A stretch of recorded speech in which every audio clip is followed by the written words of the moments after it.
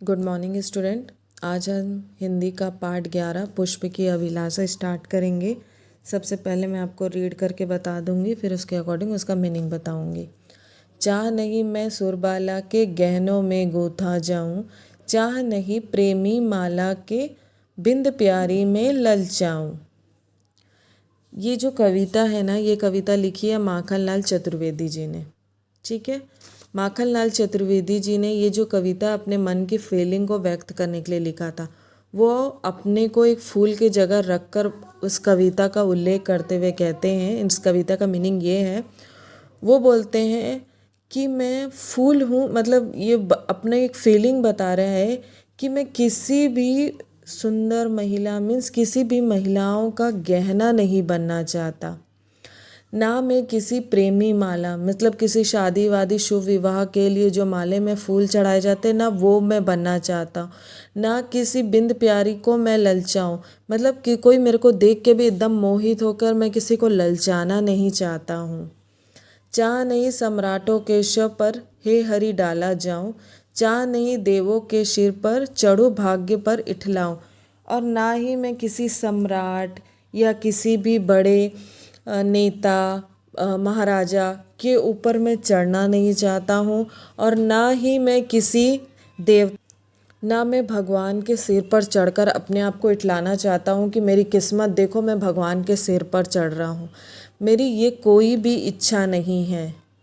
मुझे तोड़ लेना वनमाली उस पद पर तुम देना फेंक, मातृभूमि पर शीश चढ़ाने जित पद पर जाए वीर अनेक। उनकी बस एक ही अभिलाषा है जो वो वनमाली को बोलते हुए कहते हैं कि हे वनमाली, मुझे तुम तोड़ के उस मार्ग पर फेंक देना जिस मार्ग पर देश को मतलब देश की रक्षा करने के लिए वीर सेनानी जाते हैं, उस रास्ते पर फेंक देना। मेरे को सबसे ज़्यादा घमंड और अपने पर गर्व तभी होगा जब मैं उनके पैर के नीचे से कुचला जाऊंगा। ये उनकी इच्छा थी। इस बोलना चाहिए पूरी कविता का उल्लेख यही होता है कि हमें अपने देश को आज़ाद कराने के लिए चाहे कभी भी बलिदान देना पड़े तो हमें ज़रूर देना चाहिए। इस पूरी कविता का अर्थ यही है। अब आता है शब्दार्थ। चाह मीन्स इच्छा, सुरबाला अप्सरा, गहना जेवर, शव मृतक शरीर, सम्राट राजा, वनमाली बगीचे की देखभाल करने वाला, पथ रास्ता, मातृभूमि जहाँ हमारा जन्म ना हुआ हो वह स्थान, जहाँ हमारा जन्म हुआ हो वह स्थान। इसमें सही विकल्प पर निशान लगाओ। इनमें से कौन सा शब्द अभिलाषा का समानार्थी नहीं है? तो अभिलाषा का समानार्थी क्या नहीं होगा? आवश्यकता। ठीक है। पुष्प की अभिलाषा क्या? पुष्प की अभिलाषा वीरों के रास्ते पर उसे फेंक दिया जाए। इस कविता से हमें क्या सीख मिलती है? इस कविता से हमें यह सीख मिलती है कि देश की रक्षा में ज़रूरत पड़े तो हमें अपने प्राण देने चाहिए। ये जो पंक्ति वाला इसको छोड़ दो, ये ओमिट है। भाव स्पष्ट करो। मुझे तोड़ लेना वनमाली उस पद पर देना तुम फेंक, मातृभूमि पर शीश चढ़ाने जिस पद पर जाए वीर अनेक। हे वनमाली, मुझे तोड़कर उस मार्ग में फेंक देना जिस मार्ग पर इस वीर देशभक्त शूरवीर इस भूमि की रक्षा के लिए अपने आप को अर्पण करने जाते हों। जिस मार्ग पर वीर देशभक्त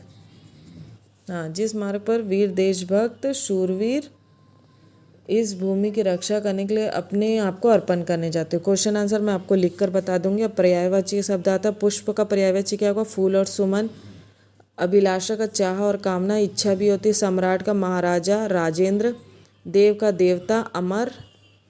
पंथ का मार्ग राह रास्ता भी होगा। वाक्य में प्रयोग इन शब्दों को लिंग निर्णय के, जैसे अभिलाषा दिया इसमें लिखा मेरी अभिलाषा देश सेवा में जाने की, तो ये स्त्रीलिंगों को हो गया।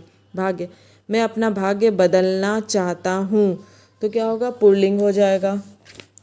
शव, मेरे सामने एक शव पड़ा था, ये पुल्लिंग होगा। वीर, मैं वीर सेनानियों का सम्मान करती हूँ, स्त्रीलिंग। पंथ, हमें हमेशा सही पथ पर चलना चाहिए, पुल्लिंग। अब इसमें क्या है? त जोड़कर नया शब्द बना। वीर प्लस ता वीरता, अनेक प्लस ता अनेकता, सफल प्लस ता सफलता, कायर प्लस था कायरता, विफल प्लस ता विफलता, संपूर्ण प्लस ता संपूर्णता। ठीक है, नए शब्द बनाइए। इसमें लिखा है सुर और इसमें बाला लिखा है, इसको शब्द बनाना है सुर बाला। सरिता, सुर सरिता, सुर लोक, सुर धेनु, हरि जन, हरिद्वार, हरि कृष्ण, हरि नाम। ठीक है, इसको छोड़ देना। आपका चैप्टर यहीं कंप्लीट होता है। किसी को कुछ डाउट होगा तो मुझसे पूछ सकते हैं। Okay and thank you.